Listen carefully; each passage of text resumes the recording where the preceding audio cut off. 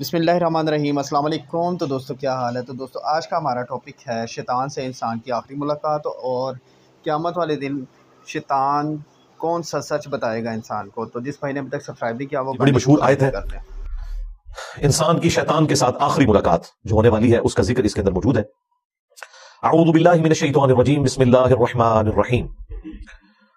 وقال الشیطان لما قضی الامر، اور کہے گا شیطان قیامت کے دن جبکہ سب کا فیصلہ ہو چکے گا، یعنی جنتی جنت میں پہنچ گئے، جہنمی جہنم میں چلے گئے، اللہ تعالیٰ کی طرف سے الٹیمیٹ ڈیسیژن ہو گیا، اس کے بعد شیطان بھی اپنے ماننے والوں سے خطاب کرے گا، ان اللہ وعدکم وعد الحق، دیکھو بے شک اللہ تعالیٰ نے جو وعدہ تم سے کیا تھا دنیا میں وہ تو تھا سچا وعدہ۔ کیا وعدہ تھا؟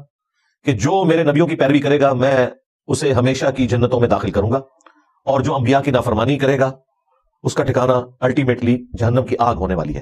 بولے اعوذ باللہ تعالی۔ اللہم اجرنا من النار، اللہم انا نسألک جنت الفردوس مع النبیین والصدیقین والشہداء والصالحین، آمین۔ تو شیطان کہے گا دیکھو اب تو حق واضح ہو چکا ہے، بے شک جو اللہ نے تم سے وعدہ کیا تھا نا وہ پورا کر دیا، جو جنتیوں کے حق میں وعدہ کیا تھا اہل ایمان کے حق میں وہ بھی درست ثابت ہو گیا، اور جو جہنمیوں کے لیے اہل کفر کے لیے وعدہ کیا تھا وہ بھی پورا ہو گیا۔ وَوَعَدْتُكُمْ فَأَخْلَفْتُكُمْ، اور جو میں نے تم سے وعدہ کیا تھا تو میں اپنے وعدے کی خلاف ورزی کرتا ہوں۔ یعنی میں نے کیا وعدہ کیا تھا؟ دنیا میں لمبی امیدیں دلائی ہوئی تھی۔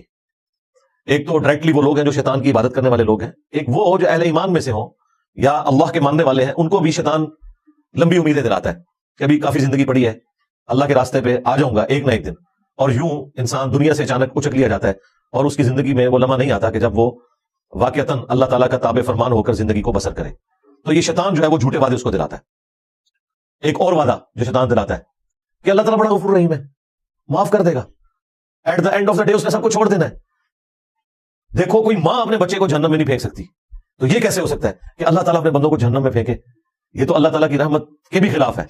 یہ بھی شیطان نے جھوٹے وعدے دلائے ہیں۔ یہ جھوٹے اور فراڈ پہ مبنی وعدے اس لیے ہیں کہ اس طرح کی کوئی تعلیم اللہ تعالیٰ کی طرف سے اپنی کتابوں میں یا اپنے پیغمبروں کے ذریعے انسانیت تک نہیں پہنچائے گی۔ قرآن کا مقدمہ تو بالکل ڈیفرنٹ ہے، اور جو لوگ پہلی دفعہ قرآن کو پڑھتے ہیں ترجمے کے ساتھ اپنی نیٹو لینگویج کے اندر، وہ کہتے ہیں یہ تو کتاب بعد ہی کو چھوڑ کر رہی ہے، اس کا کانفیڈنس لیول ہی بہت ہائی ہے، اور بالکل اسٹریٹ فارورڈ کتاب ہے، کوئی لگی لپٹی بات نہیں، ڈائریکٹلی ہے کہ مانو گے بچ جاؤ گے، نہیں مانو گے تو مارے جاؤ گے۔ لیکن شیطان پھر جو غلط امیدیں لوگوں کو دلاتا ہے، اور یہ امید کبھی وہ شخص نہیں اس کے پیچھے چلے گا، اس جعلی اور جھوٹی امید کے پیچھے، جس نے قرآن پڑھا ہوا ہے، اللہ یہ کہ کوئی آنکھیں بند کر لے، ورنہ قرآن کا مقدمہ بالکل ون سائیڈڈ ہے۔ قرآن پڑھنے والا کبھی بھی اس رزلٹ پہ نہیں پہنچے گا کہ اللہ تعالیٰ نے سب کو چھوڑ ہی دینا ہے۔ قرآن میں جو اللہ تعالیٰ کا مزاج بیان ہوا ہے وہ تو سختی والا ہے، سیدھی سی بات ہے، وہاں تو آپ کہیں بھی باطل کو داخل نہیں کر سکتے۔ بالکل 2+2=4 والی بات ہوئی ہے کہ مانو گے تو جنت ملے گی، نہیں مانو گے تو جہنم میں جاؤ گے۔ یہ تھوڑی بہت جو گنجائشیں نکلتی ہیں وہ بھی احادیث میں نکلتی ہیں، وہ بھی کسی درجے میں۔ جو پبلک کے اندر دین چل رہا ہے وہ نہ قرآن میں ہے نہ حدیث کے اندر موجود ہے۔ تو یہ شیطان جو لمبی لمبی امیدیں دلاتا تھا، تو شیطان کہے گا کہ میں نے بھی دنیا میں تم سے وعدہ کیا تھا، تو آج میں وہ ٹروتھ ریویل کر رہا ہوں کہ لو جی میں تو مکر گیا جی اپنے وعدے تو، وہ تمام جھوٹی امیدیں جو میں نے تمہیں دلائی ہوئی تھی آج میں اس کے خلاف چلتا ہوں۔ انہی امیدوں میں سے ایک امید یہ بھی ہے کہ جو کچھ بھی ہے تیرے محبوب کی امت سے۔ اب یہ باتیں کیا صحابہ کرام کو اہل البیت کو نہیں پتا تھی؟ لیکن ان کی زندگیاں تو خوف خدا سے عبارت ہیں۔ خود اللہ کے محبوب صلی اللہ علیہ وآلہ وسلم نے جس سختی کے ساتھ اپنی امت کو سمجھایا ہے وہ تو بالکل ون سائیڈڈ مقدمہ ہے۔ بخاری مسلم دونوں میں حدیث ہے، اللہ کے محبوب صلی اللہ علیہ وآلہ وسلم نے فرمایا دیکھو اپنے مال کی زکوٰۃ ادا کرنا، اللہ کا حق جو ہے وہ دینا، مال غنیمت میں خرد برد نہ کرنا، بیت المال کے اندر بےایمانی نہ کرنا، ایسا نہ ہو کہ قیامت کے دن تم میں سے کسی شخص کی گردن پہ اونٹ سوار ہو اور وہ چیخ رہا ہو اغثنی یا رسول اللہ، یا رسول اللہ میری مدد فرمائے، میں تمہارے کچھ کام نہیں آؤں گا، میں نے جو کچھ بتانا تھا تمہیں دنیا میں بتا دیا۔ ایسا نہ ہو کہ کسی شخص کی گردن پہ اس کی گائے سوار ہو جس کی اس نے زکوٰۃ ادا نہیں کی، اور وہ چیخ کے کہہ رہا ہو اغثنی یا رسول اللہ، یا رسول اللہ میری مدد کیجیے، میں تمہارے کچھ کام نہیں آؤں گا، میں نے دنیا میں جو تمہیں بتانا تھا بتا دیا۔ پھر نبی اسلام نے مختلف چیزیں گنوائی، کسی کی گردن پہ بکری سوار ہو۔ آپ حیران ہوں گے، جب ہم میٹرک میں پڑھتے تھے تو ہم نے یہ بیج لگایا ہوتا تھا اغثنی یا رسول اللہ، یا رسول اللہ میری مدد فرمائے، اور جس حدیث سے یہ جملہ نکالا ہوا ہے اس حدیث میں تو یہ کہ یا رسول اللہ میری مدد فرمائے، اور رسول اللہ کیا کہ میں نے دنیا میں جو بتانا تھا بتا دیا۔ بالکل الٹ چل رہا ہے معاملہ۔ پھر بخاری مسلم میں وہ مشہور زمانہ حدیث جب اللہ تعالیٰ نے قرآن میں سورہ شعراء میں فرمایا نا کہ اپنے قریبی رشتہ داروں کو ڈر سناؤ، تو نبی اسلام نے ایک ایک رشتہ دار کو بلایا. اے نبی کے چچا عباس، میرے مال سے جو لینا لے لے، اگر اللہ کے حضور پکڑا گیا تو میں تیرے کچھ کام نہیں آؤں گا. اے نبی کی پھوپھی صفیہ، میرے مال سے جو لینا وہ لے لے، اگر اللہ کے حضور تو پکڑی گئی تو وہاں میں تیرے کچھ کام نہیں آؤں گا. اے نبی کی بیٹی فاطمہ، میرے مال سے جو لینا ہے وہ لے لے، یعنی دنیا میں اس کا مالک ہوں، لیکن اگر اللہ کے حضور تو پکڑی گئی تو میں تیرے کچھ کام نہیں آؤں گا. حالانکہ سیدہ فاطمہ ڈیفینیٹلی جنتی عورتوں کی سردار ہے. بیسیکلی ان کو سینٹرڈ کر کے ہمیں بتایا جا رہا تھا کہ اگر کوئی فراڈیا آپ کو یہ کہے کہ میرے سلسلے میں بیعت ہو جاؤ، میں تمہیں جنت میں اپنے ساتھ لے کے جاؤں گا، تو آپ نے سمجھ لینا ہے کہ ایک کہانی ہے.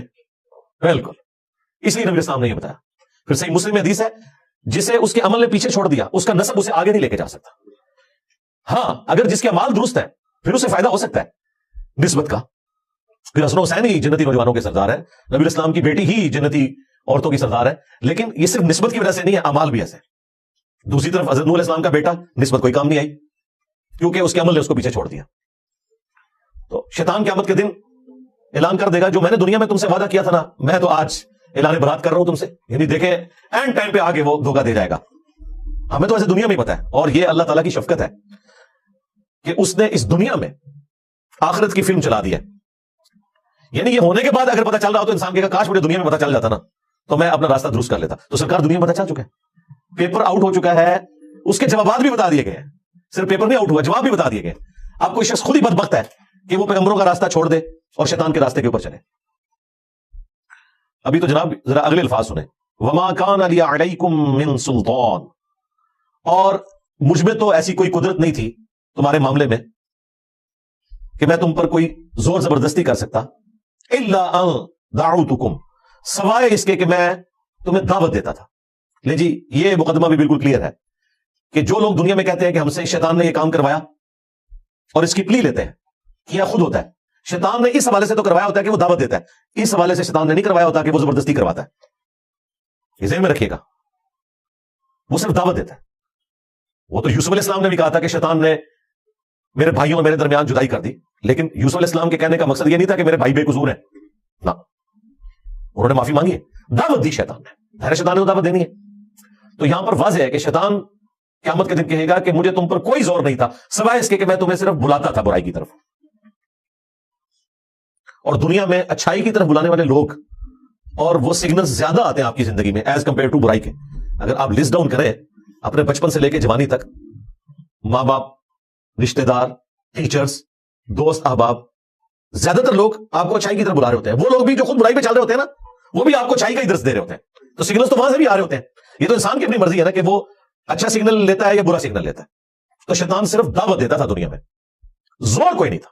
اس کو میں ایک مثال سے سمجھاتا ہوں اکثر کہ اگر زمین و آسمان کے سارے شیاطین مل کے سب سے بڑے بے نمازی کو بھی نماز پڑھنے سے روکنا چاہے، اور دوسری طرف گورنمنٹ کی طرف سے اناؤنسمنٹ ہو جو مسجد کی پہلی صف میں جماعت سے نماز ادا کرے گا اسے $1000 دیے جائیں گے، دوسری صف والے کو $500، تیسری صف والے کو $300.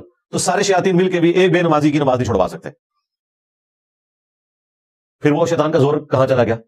اس کو بھی شیطان دعوت دے رہا ہوگا، لیکن جب انسان کو اپنا نفع نقد نظر آ رہا ہے نا تو شیطان تشائی کوئی نہیں سرکار، جدو نفع نقد نظر آ جائے. تو اللہ کے جو کمیٹڈ بندے ہیں، اللہ کے اولیاء ہیں، اللہ کے نیک بندے ہیں، اللہ کا خوف رکھنے والے لوگ ہیں، انہیں آخرت بھی نقد نظر آ رہی ہوتی ہے اپنے سامنے. اس لیے وہ اس طرح کے گناہوں سے بچ جاتے ہیں، برائی کے اعمال سے بچ جاتے ہیں، اور نیکیوں پہ ان کو استقامت نصیب ہو جاتی ہے. اس کا سائملٹینیس کنٹراسٹ اگر گورنمنٹ یہ اناؤنسمنٹ کرے کہ جس نے فجر کی نماز جماعت سے نہ پڑھی اسے 15 منٹ کے لیے ایک گرم تندور میں الٹا لٹکایا جائے گا دنیا کے اندر ہی، پھر بھی آپ دیکھیں کوئی شخص سستی کا شکار نہیں ہوگا. اگر واقعی ایسا ہو جائے، آپ اپنے ملکوں میں دیکھ لیں، یہاں کے بگڑے ہوئے لوگ جب یورپ اور امریکہ میں جاتے ہیں کوئی قانون کی خلاف ورزی نہیں کرتے. انہیں پتا ہے یہاں پہ سگنل توڑنے کے اوپر اتنا بڑا جرمانہ ہے، اور وہاں 15-20 سال گزارنے کے بعد پاکستان میں جیسے ہی لینڈ کرتے ہیں تو فوراً یہاں پہ قانون توڑنا شروع کر دیتے ہیں. دنیا میں بھی ہم نے دیکھ لیا کہ جب چیک ہوتا ہے نا آپ کے اوپر، فزیکل چیک، پھر یہ انٹلیکچوئل جو چیک ہے یہ خود بخود ختم ہو جاتا ہے. جو مرضی آپ کو برائی کی طرف ابھارے آپ وہ برائی نہیں کریں گے. تو شیطان بھی قیامت کے دن کہے گا مجھے تم پر کوئی زور نہیں تھا.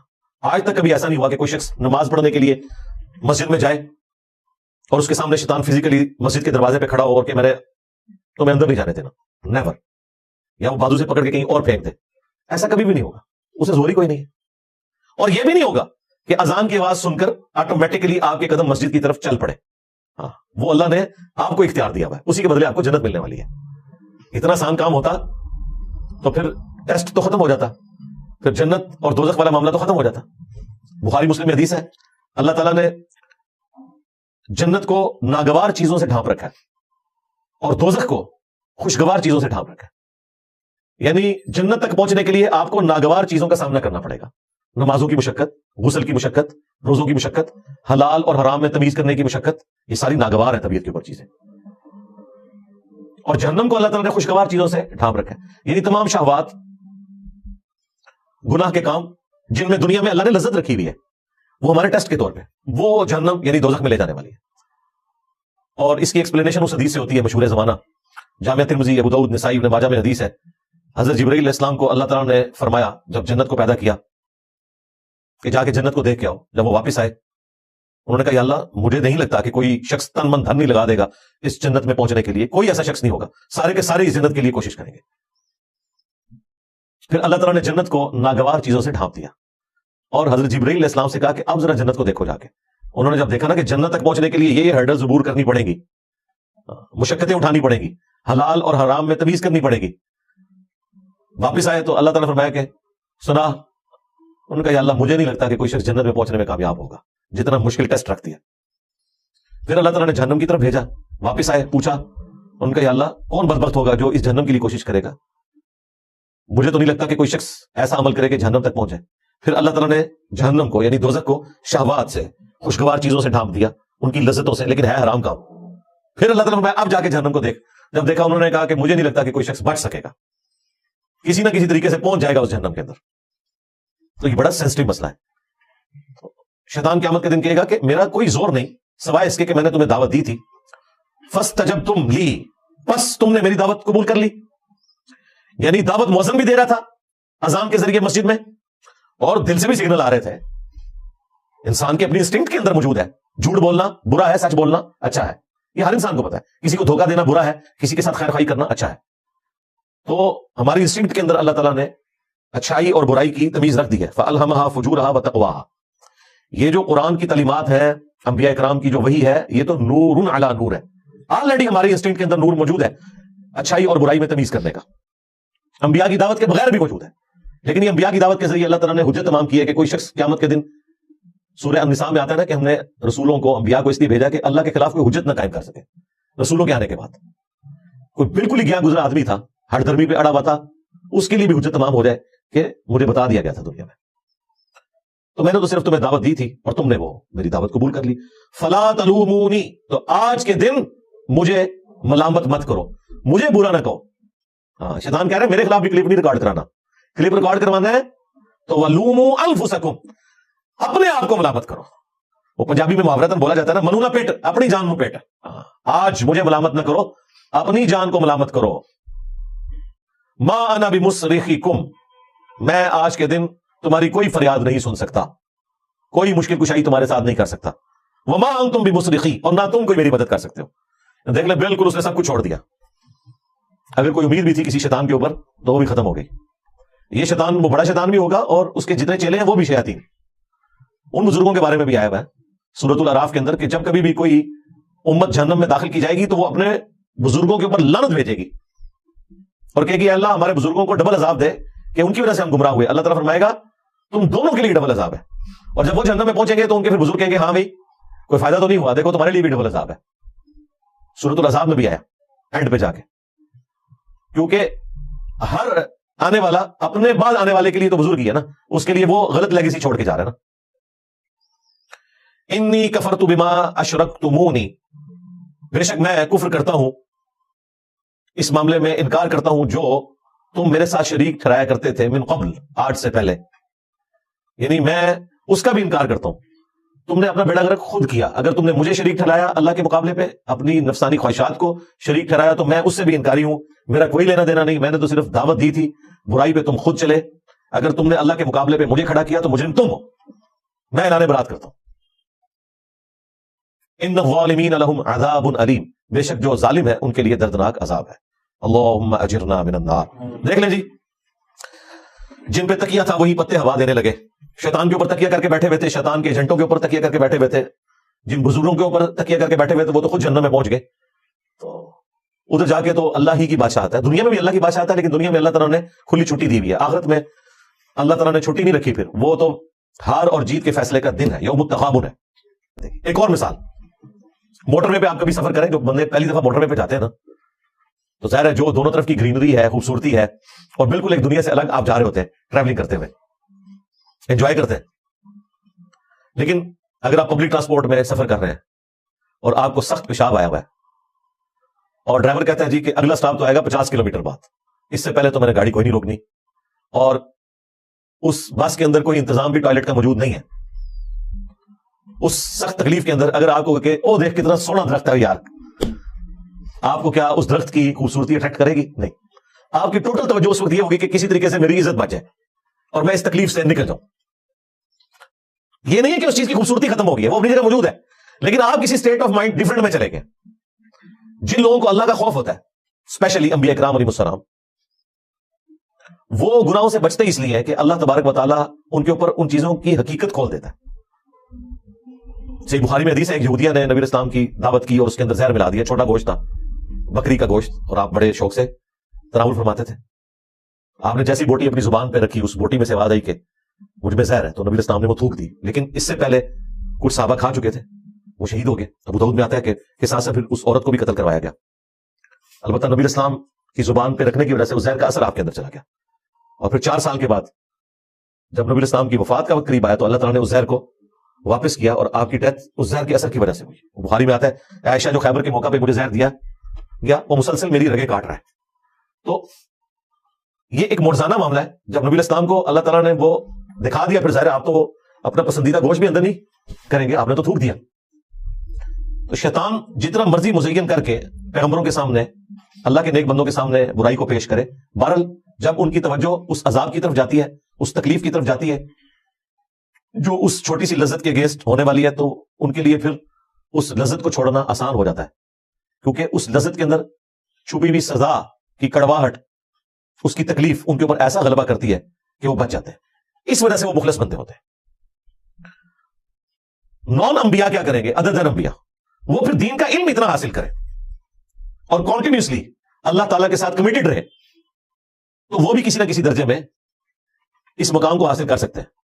اسی لیے ہم مانتے ہیں کہ انبیاء کرام تو معصوم ہے, مخلص ہیں, لیکن انبیاء کرام کے اہل البیت, ان کے جانثار صحابہ حضور کی صحبت کی وجہ سے یا انبیاء کرام علیہ السلام کی صحبت کی وجہ سے بہرحال اس لیول پہ پہنچ جاتے ہیں کہ ان سے بھی گناہ پھر سرزد نہیں ہوتا, کیونکہ گناہ کی برائی اور اس کا عذاب ان پہ عیاں ہو چکا ہوتا ہے. اس کی وجہ سے کبھی بھی ان کا ہاتھ اس طرف بڑھتا نہیں ہے. جس کا ہاتھ ایک دفعہ گرم استری سے جل جائے نا, وہ دوبارہ ٹھنڈی استری کو بھی اس طریقے سے ہاتھ نہیں لگاتا, یوں کر کے صرف چیک کرتا ہے, بھلے اسے یقین ہو یہ ٹھنڈی بھی ہے, رسک کوئی نہیں لیتا نا. تو جن کے اوپر آخرت کی حقیقت کھل چکی ہوتی ہے, اللہ تعالیٰ کے عذاب کی حقیقت کھل چکی ہوتی ہے, وہ بچ جاتے ہیں پھر اس طرح کی چیزوں سے. اللہم اجرنا من النار, سبحانک اللہم و بحمدک, اشہد ان لا الہ الا انت, استغفرک و اتوب الیک, وما علینا الا البلاغ المبین. جزاکم اللہ خیرا. تو دوستو اگر آپ کو ویڈیو اچھی لگی ہو تو لائک کرنا مت بھولیے گا. اللہ حافظ.